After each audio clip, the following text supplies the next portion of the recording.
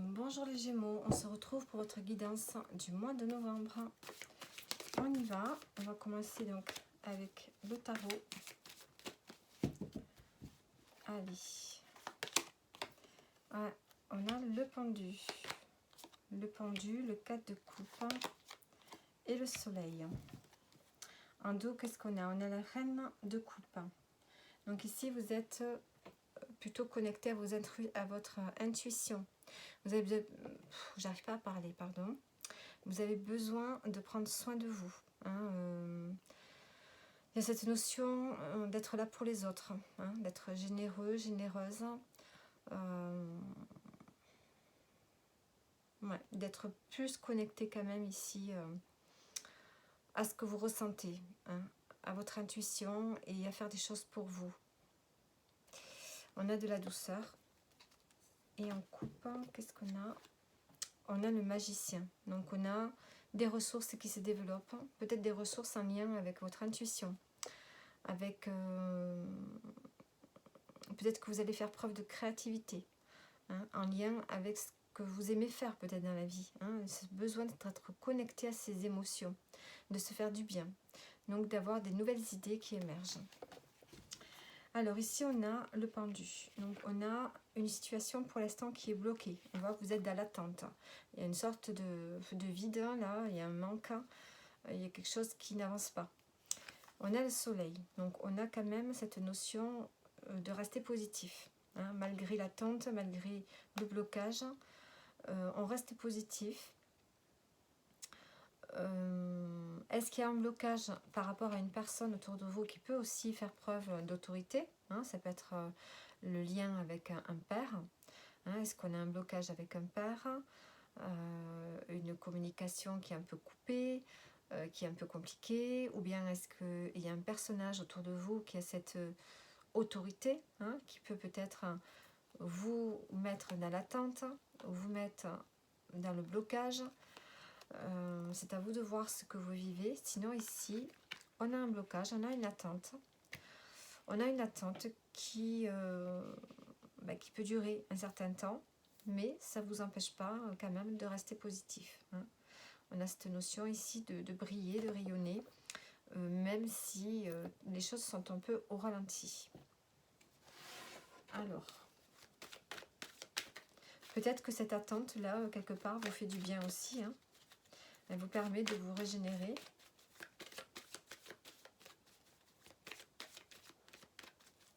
Allez, avec le pendu, qu'est-ce qu'on a? On a la solitude, donc on voit que vous avez besoin d'être un peu seul pour réfléchir. Réfléchir à ce qui peut, à ce qui va aider à débloquer une situation ici. Sur le 4 de coupe, qu'est-ce qu'on a? On a la protection. Donc vous êtes en attente, vous êtes dans une période de ralentissement. Il y a quand même une stabilité émotionnelle qui est là, puisqu'on a quand même le soleil à côté. Vous êtes protégé pendant ce moment d'attente. Je pense que le conseil ici, c'est de penser à rien. S'il y a un blocage quelque part, essayez de penser à autre chose. Et avec le soleil, qu'est-ce qu'on a? On a l'harmonie, voyez? Il y a quand même une forme de stabilité qui est là. Vous restez positif malgré l'attente, le blocage, et on a un équilibre qui est là, une harmonie. Donc vous allez mettre à profit ce temps de ralentissement à peut-être faire des choses pour vous. On a la famille et on a l'évolution. Donc on a quelque chose qui évolue, qui s'améliore au sein de la famille. Alors, on va voir maintenant dans quelle énergie on vous conseille d'être sur ce mois de novembre.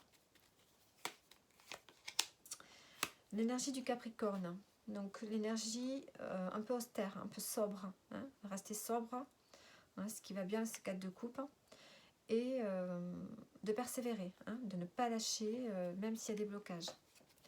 Quel est le signe qui va être là pour vous? On a la balance. Donc, les balances, ce mois-ci, j'ai l'impression que vous allez être pas mal sollicités. Donc les balances peuvent être là pour vous redonner un équilibre, pour vous apporter du soutien, de la douceur, de l'harmonie. Donc voilà.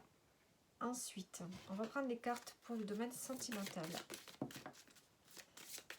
On a la surprise qui a sauté. Le bouquet. La joie. Allez, pour les célibataires, hein, qu'est-ce qu'on a? On a le cavalier. Donc, on a quelqu'un qui arrive. Quelqu'un qui arrive vers vous. Quelqu'un ou des nouvelles. Oh, le sol, les étoiles. Donc, soit vous attendiez des nouvelles, elles arrivent, et c'est les nouvelles que vous espériez. Soit vous attendiez quelqu'un, et c'est vraiment la personne que vous souhaitiez.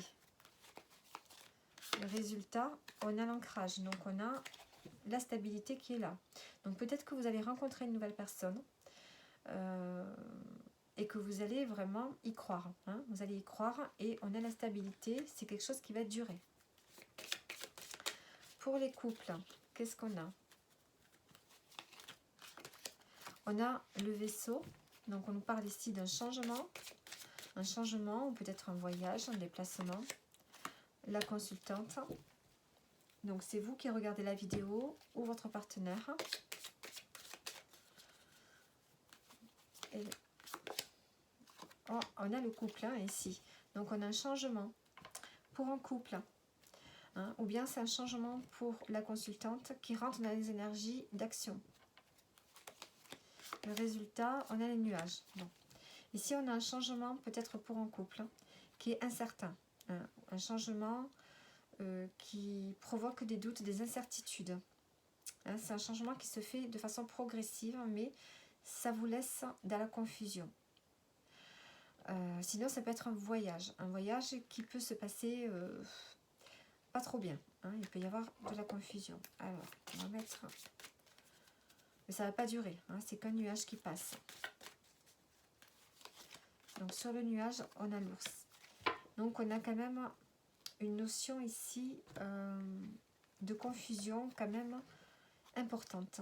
Une confusion qui peut vous déstabiliser, qui va vous demander de faire preuve de courage, de force.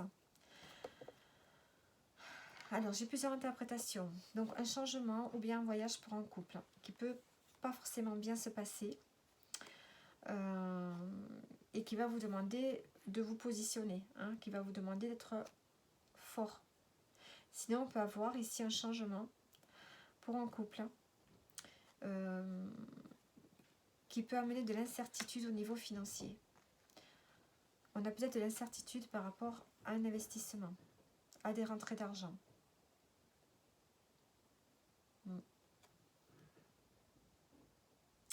5 et un 6, on a deux fois le 6.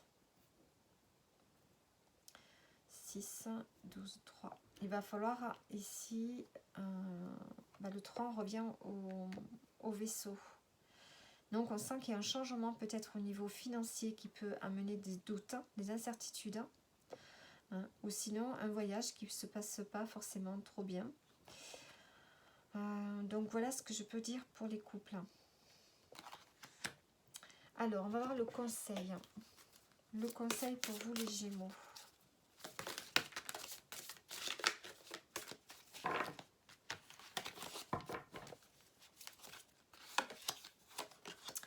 On a les Gémeaux. L'énergie du Gémeaux. Allez, on va regarder.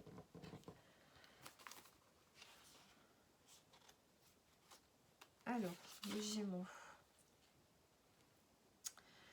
Alors, le Gémeaux est ingénieux et compréhensif. Il sait s'adapter aux situations et saisit les opportunités avec brio.